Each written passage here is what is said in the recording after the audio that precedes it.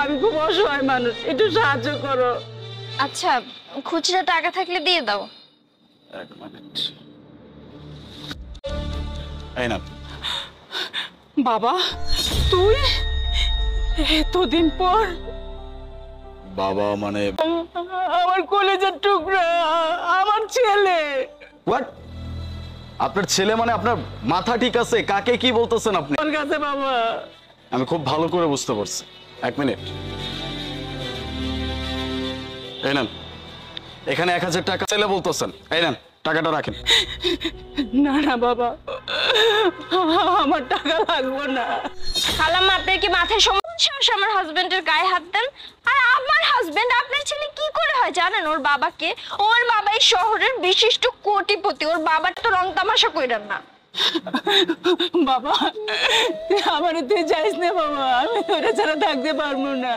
দেখুন, আপনি এসব ধান্দামি বন্ধ করেন। চলো।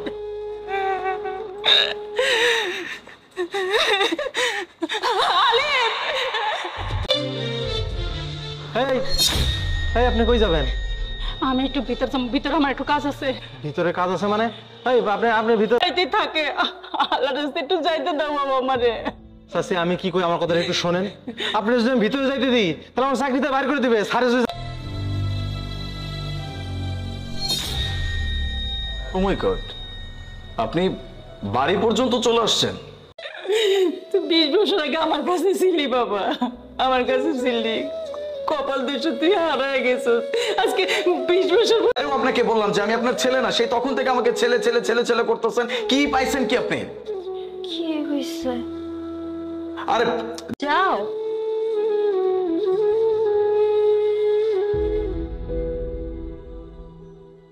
আপনি আবার বাসা? তুমি আমার ছেলের বউ, আমি তো এটাই তুমি করে বারবার করে বোঝানোর চেষ্টা করতেছি মা, তোমরা তো মানতেছ না। ও আমার ছেলে মা। এত কেন জ্বালাতন করতেছেন আপনি আমাদেরকে? মারে, আমার একটা ভুলের কারণে পাইতে চাই। আচ্ছা, বুঝতে পারছি।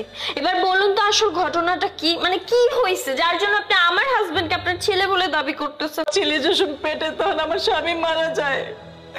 আমি কই যাবো, কি করবো, কোনো দিশা পাইনি। এই জন্য 20 বছর আগে আমি অনেক বড় পাপ করছি মা, পাপ করছি। তাই তো আমি জানতে পারেন। হ্যাঁ, আপনাদের মতো এরকম থার্ড ক্লাস রাস্তা ফকিন্নিদের কাছ থেকে না এর চেয়ে ভালো কিছু ডিজার্ভ করা যায় না। আপনারা এগুলাই করবেন, ফালতু লোকজনগুলো। শোনে, আর ধাক্কা দিয়ে এখান থেকে বের করে দেবে। আর কিরকম ভাবে আপনাকে শাস্তি দেওয়া যায় সেটা কিন্তু আমি খুব ভালো করে জানি। সো নেক্সট টাইম এরকম কোনো কাজ করার আগে চিন্তা করে দেখবেন। পাপ করছি।